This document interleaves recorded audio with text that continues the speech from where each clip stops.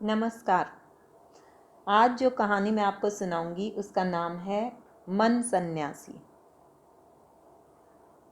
तो महात्मा गांधी जी का नाम आप सबने सुना हुआ है, सब जानते हैं, वो हमारे राष्ट्रपिता हैं।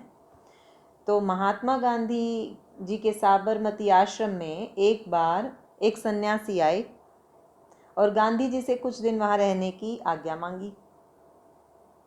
गांधी जी ने उन्हें रहने की आज्ञा दे दी। वे वहाँ रहने लगे। रहते रहते बहुत दिन हो गए तो उन्हें वहाँ का सादा, सरल, सात्विक और संतोषपूर्ण जीवन बहुत ही भला लगा। इसलिए उन्होंने निश्चय किया कि अपना शेष जीवन वहीं रहकर सेवा करते हुए बिता देंगे। एक दिन उन्होंने गांधी जी से अपने मन की बात कह डाली और बोले, गांधी जी, मैं तो अब आपके इसी आश्रम में रहकर सेवा करना चाहता हूँ।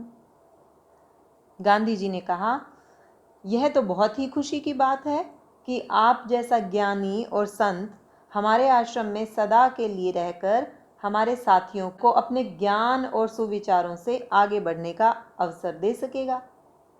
मैं आपकी यह बात सुनकर बहुत ही खुश हूँ, लेकिन फिर भी एक शर्त है जो आपको माननी पड़ेगी। सन्यासी ने पूछा, कौन सी शर्त है?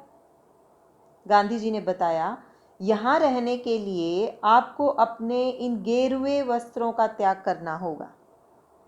गांधी जी की बात सुनकर सन्यासी बोले, मैं तो सन्यासी हूँ, मेरे गेरुए वस्त्रों से किसी को क्या आपत्ति हो सकती है? मैं आपको विश्वास दिलाता हूँ कि मेरे गेरुए और वस्त्र और मेरे सन्यास के कारण आश्रम में कहीं कोई बाधा नहीं आएगी। लेकिन गांधी जी तैयार नहीं हुए। उन्होंने कहा, आपके सन्यास से किसी को कोई आपत्ति नहीं है, वह तो हमारे आश्रम के लिए अच्छा और हितकारी ही है, लेकिन आपके गेरुए वस्त्रों के कारण गड़बड़ होगी।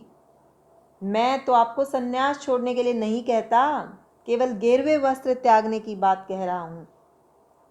सन्यासी ने पूछा, गेरुए वस्त्रों के कारण ऐसी क्या बाधा हो सकती है?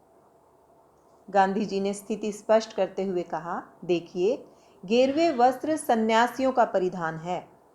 लोग गेरुए वस्त्र वाले के प्रति आदर व श्रद्धा के भाव रखेंगे। ऐसे में आप लोगों की सेवा करने के पवित्र उद्देश्य को पूरा नहीं कर पाएंगे। सेवा करते समय किसी के पांव भी छूने पड़ सकते हैं, किसी का जूठा भी उठाना पड़ सकता है। क्या हमारे श्रद्धालु लोग गेरुए वस्त्र पहने सेवक को ऐसा करने देंगे? कभी नहीं।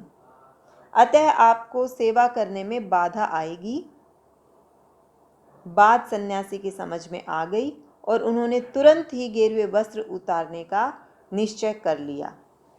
तो यहाँ ये कहानी खत्म होती है। और गांधी जी के व्यक्तित्व से, जैसा कि मैंने शुरू में ही बताया, हम सब परिचित हैं। तो विचार करिए कि इस कहानी के माध्यम से गांधी जी के व्यक्तित्व के किस गुण का आपको पता चलता है। धन्यवाद।